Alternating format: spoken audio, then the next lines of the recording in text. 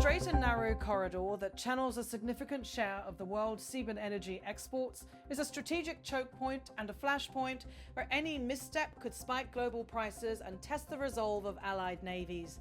Those words capture the stark reality. A handful of miles of water, a clutch of straits and passages can bend the arc of the global economy. The ships that transit those channels carry fuel for factories, heat for homes, and the lifeblood of industry. When those routes are threatened, the impact is immediate and indiscriminate. Freight rates climb, insurance premiums climb higher. Consumers feel the pinch at the pump and on supermarket shelves. Governments scramble for options and militaries posture to deter further disruption. In capitals and command centres, planners are searching for partners. The instinct is sensible. Multilateral coalitions spread risk, dilute accusations of unilateralism, and share both the burden and the political costs of pression. In a contested space, a coalition can confer legitimacy. It can provide capacity beyond what any single navy might bring. Yet building effective coalitions quickly is easier said than done. Allies weigh many competing priorities before committing ships, aircraft, or intelligence. Domestic politics often constrain leaders. Some partners worry about being dragged into a wider confrontation. Others are hedging, offering political support short of a full operational commitment or promising training and logistical assistance rather than boots on deck. For smaller navies, the calculus includes force preservation and the limits of sustainment. Deploying a ship for months away from home is expensive and operational draining. Regionally, the balance of relationships is in flux. States that once accepted the risk of maritime reliance are moving to diversify. New pipelines push across land where water once held sway. Links are being built to bypass vulnerable choke points to siphon SUP. Fly-along routes, less exposed to naval interdiction. The slow re-engineering of energy geography is a hedge against sudden shocks. The longer the transit options and the more redundancy in the system, the less catastrophic a single attack or blockade becomes. Military cooperation between regional powers is changing as well. Where rivalry once dominated practical needs, protection of trade, counter-terrorism and collective maritime security are opening doors to shared intelligence, joint exercises and the transfer of defensive systems. These are tangible signs that nations are recalculating the cost of isolation. When a satellite feed, a radar track or a maritime patrol sortie can be shared, the neighbourhood becomes marginally safer. When exercises synchronize procedures and build familiarity, the chances of misunderstanding in moments of tension shrink. At the same time, the global powers with long histories in these waters are watching but not rushing. Their public tone is ease it. Their strategic moves are calibrated. They offer rhetoric that signals resolve without inflaming tensions. They position forces in ways that are visible yet avoid sudden escalatory steps. That posture is deliberate. It aims to deter while preserving the option for diplomacy. The hope from their perspective is to buy time for negotiations, for coalition building, for the slow armature of political solutions to take root. But there is a blunt lesson for policymakers. Tactical gains can be ephemeral, if not translated into durable political outcomes. Actions at sea, interdictions, convoys, even successful deterrent patrols may shift the immediate tactical picture. They do not, on their own, secure long-term stability without a political architecture that addresses grievances, clarifies maritime rights and establishes rules for crisis behaviour. Each temporary success risks dissolving into a new cycle of competition. Military measures can buy breathing room, but they cannot. A substitute for a negotiated settlement or a sustained economic strategy that reduces dependencies. Inside national capitals, the political theatre is louder and more fractious. Lawmakers debate motives and competence. Commentators pass every public utterance. Classified assessments leak or are selectively disclosed, and that in turn feeds suspicion and rumour. Accusations fly about impropriety, profiteering and political opportunism, and those accusations shape public opinion as surely as any formal investigation might. One thread of that debate centres on transparency and private financial activity. Questions swirl about whether officials or their associates stood to gain when policy choices were made at moments of acute risk. Even the perception of conflicts of interest can corrode trust. When citizens suspect that decisions are guided by private gain rather than public good, the political capital required for tough, sustained actions evaporates. That makes it harder to essay. Meal the kind of broad multinational effort the situation demands. For businesses, the calculus is no less complex. Energy companies, shipping lines, and insurers must weigh operational continuity against security risks. Insurers adjust premiums to reflect perceived hazards, and those costs are passed to shippers and ultimately consumers. Some firms pull routes, shift flag registers, or temporarily suspend exposure to contested waters. Others double down, investing in private security, convoy arrangements, and alternate logistics. The private sector's response affects how quickly and fully markets can adapt, and whether the pain of disruption is short-lived or prolonged. The human cost must not be forgotten. Disruptions to energy supplies hit vulnerable populations hardest. Heating bills climb for families already stretched thin. Factories idle, workers lose hours, and governments see tax receipts soften. In regions directly exposed to conflict, at sea, local economies dependent only. Navy, fishing, and trade are devastated. The geopolitical debate can overshadow these human consequences, but they should be the center of policy calculations. Stability, after all, serves populations as much as it serves states. Understanding the risk environment demands a sober assessment of escalation dynamics. A naval interdiction, even if narrowly targeted, can trigger retaliatory measures that expand the theatre of conflict. Cyber operations that disable port systems introduce another front. Proxy actors, emboldened by ambiguity, can attack offshore facilities or harass commercial traffic. Each of these steps raises the stakes. Each complicates the prospect of negotiation.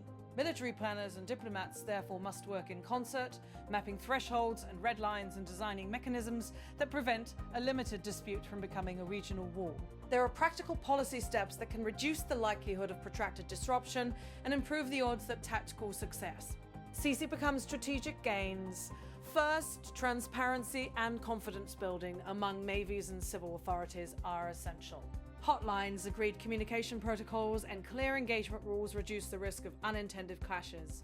Second, investing in maritime domain awareness through shared surveillance, data fusion, and cooperative patrols helps detect and deter threats before they escalate. Third, economic measures matter. Strategic reserves, purchase agreements diversified across suppliers, and pre-arranged swaps can blunt short-term shocks to markets. The legal and diplomatic track cannot be neglected. Long-term stability requires negotiated frameworks that clarify navigation rights, dispute settlement processes, and responsibilities for protecting commercial shipping. Where existing institutions are weak or contested, regional forums and neutral mediators can help craft code of conduct agreements.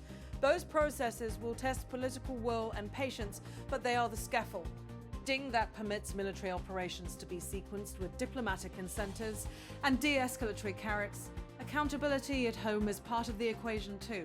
Governments must strengthen disclosure rules and oversight for officials whose decisions touch on the private sector. Financial transparency and robust conflict of interest frameworks reduce the corrosive power of suspicion. Independent investigations conducted with speed and fairness help restore public confidence when allegations arise.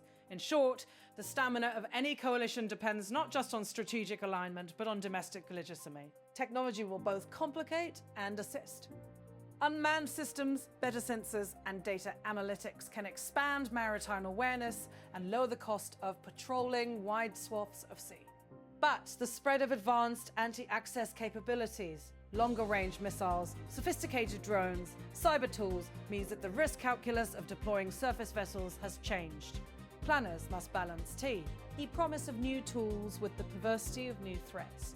A resilient approach blends hard power, soft power, and economic resilience. Military presence deters and responds. Diplomacy opens pathways to resolution. Economic policy cushions shocks and reduces dependencies. Private industry adapts supply chains and invests in redundancy. Civil society keeps pressure on leaders to act in the public interest. When all these strands weave together, tactical actions at sea have a chance of becoming durable political outcomes. There is no single neat blueprint. Each region, each set of actors, brings its own history, grievances, and strategic calculus, yet the pattern is familiar. Seaborne vulnerability invites a mix of short-term fixes and long-term transformations. Hiplines and overland links lower exposure to contested waters. New partnerships broaden security capacity. Shared exercises and intelligence bolster deterrence. And improved governance, both domestic and international, shall. It's the political space for lasting agreements, Politicals face hard trade-offs. Acting too narrowly risks being ineffective. Acting too broadly risks entanglement. Hesitation risks emboldening spoilers.